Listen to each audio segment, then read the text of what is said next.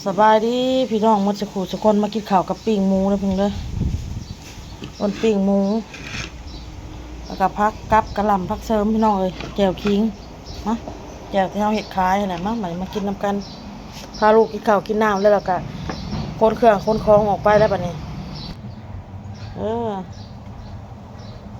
สบายดีเด้อพี่น้องเด้อหมดสักครู่สักคนสบายดีป้าลูกเลือทิพเขาว่าอย่างนี้เออ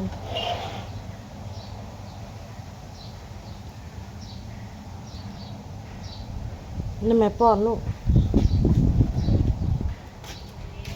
จะไม่ได้หรอกแบบซีแบบเมื่อยบับๆนะพี่น้องตัวเมื่อยแบบจนแบบเมื่อยบับเมื่อยเผาพ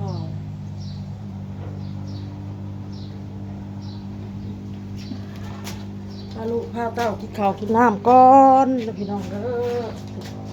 วางโต๊ะไปขายของอยู่เลยออกไปนี่ก่อนตู้สบายดีพี่น้องตู้สองมือตู้ตู้ตู้จ้าน้ำเอาก่อนนะโต๊ะกินข้าวกับปิ้งหมูแล้วปัดเสร็จโต๊ะเสร็จตังกระปัดไปเปลี่ยนแล้วก็ดังไฟไว้พี่น้อยดังไฟไว้แล้วก็คนเครื่องออกไปแบบนี้เครื่องไปขายลูกอยู่จ้ะเราไปแล้วก็เอากระเป๋ามาว่าดูไว้แบบนี้ฮะกับไฟที่ถูกใส่คุณจะเจ้าของเครื่องเนาะกินเจละคำลูกกินเจละคำหนักใส่เลยออกโต๊ะ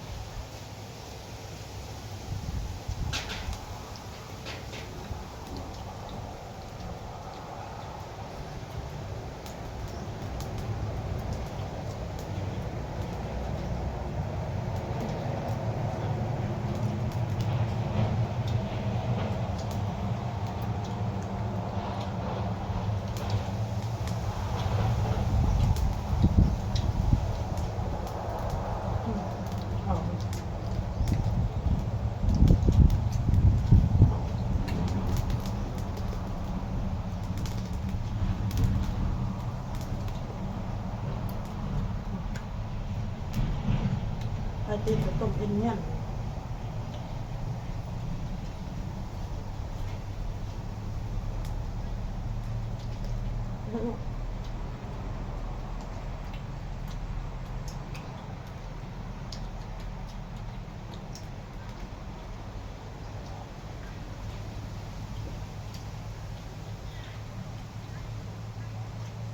อืมอืม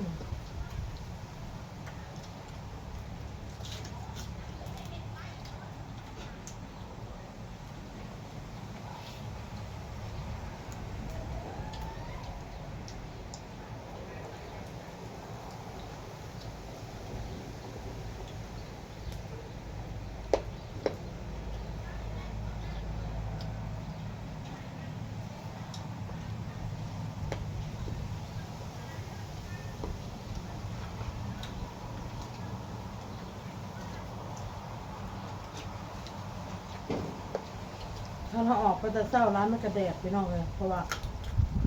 หน้าห้านมันเท่าน้อยนะแดดมันคือส่องมากเลยนะมันคือแดดออกไปประมาณ12 โมงบอกพอดีมันห่มอยู่กันนะ11 โมงครึ่ง12 โมงพอดีถึงจะเข้านั่นเลย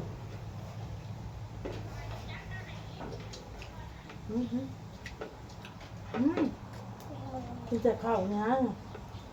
มาเห็นลูกเฮ้ย หาจำหัวใจครับลูกชิ้นฮอทดอกมาแล้ว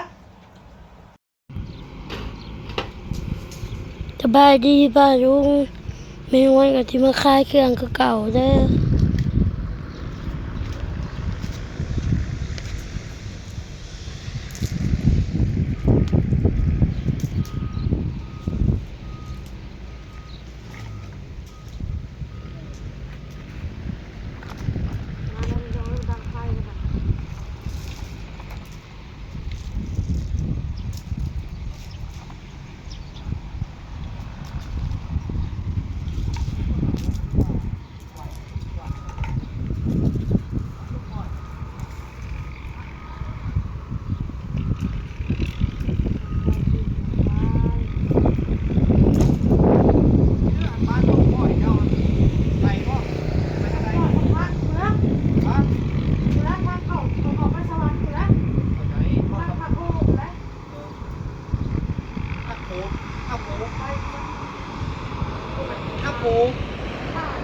ร้านทำโม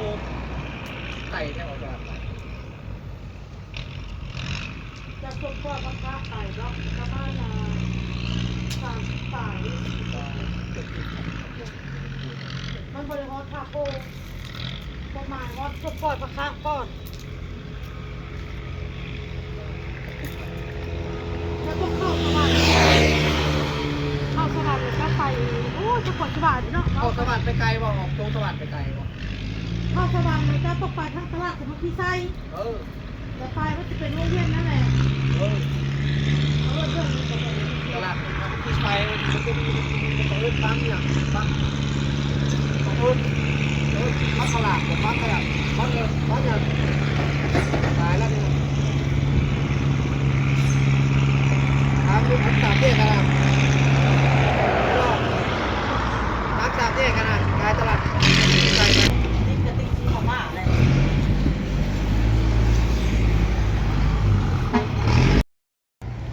มีลูกค้ามาอุดหนุนแล้วพี่น้อง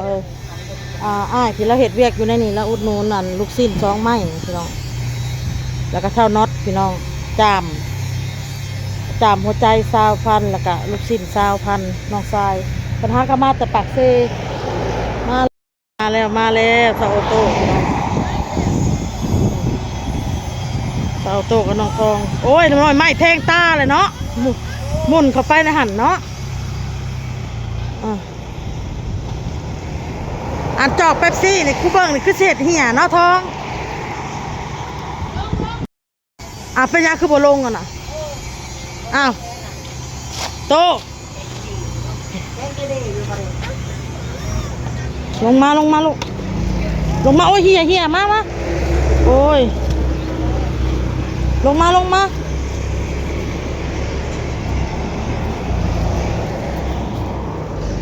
โอ้ยเพิ่นย่านอ้ายเพิ่น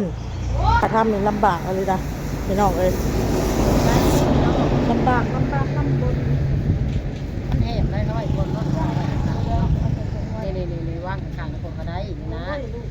ว่างในโลดมันแหมลายมันก็เดียว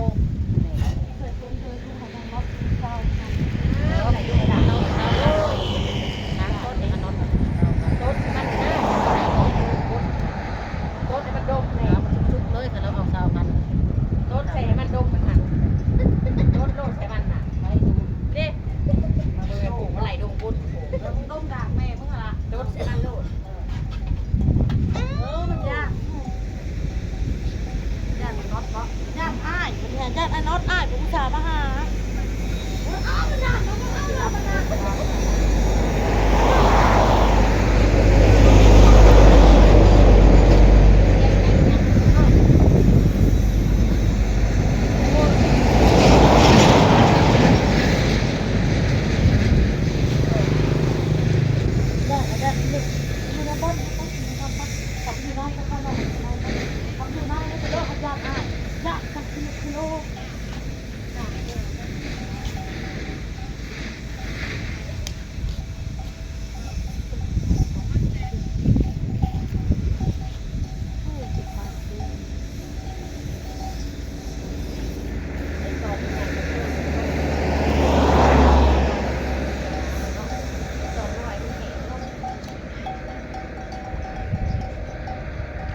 ตอนใหญ่ๆเนาะ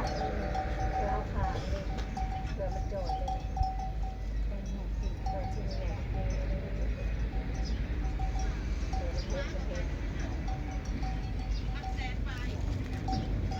ต้องสิรับแต่ว่าเลยก็นั่งออกมานั่งเหมือนเรา สิค้าเครื่องก็สิรับ นั่งเอ๊ะเขา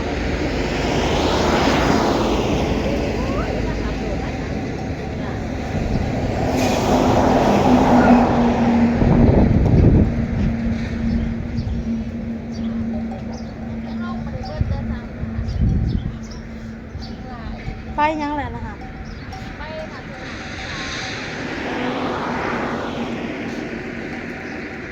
ปากเซ่ก็ไป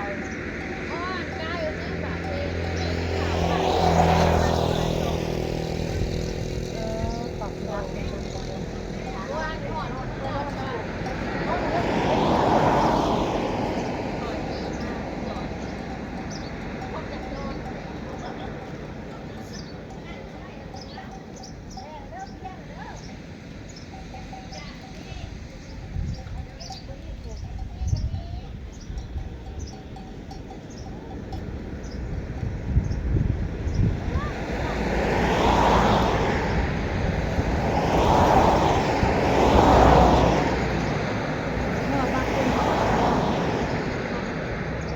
บางคนมันก็ของบริวารติดเด็กมันติดขึ้นใจ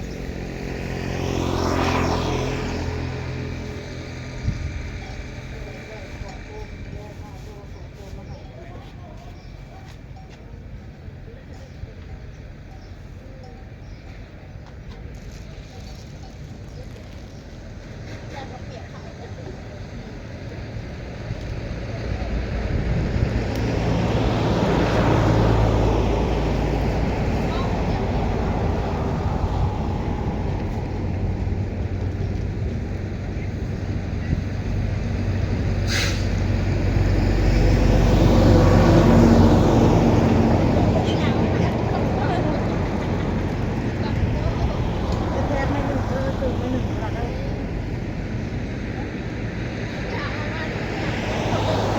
เย็นเจ้าอุตส่าห์มาหามาเล่นน้ำเนาะ เมื่อเลยเด้อเมื่อเลยเด้อ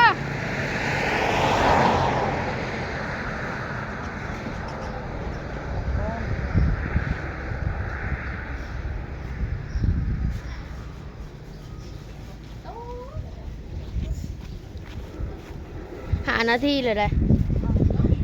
หยุดก่อนบ่ ไปแล้วพี่น้องไปแล้วเด้อคลิปนี้พ่อกับพี่หนาพี่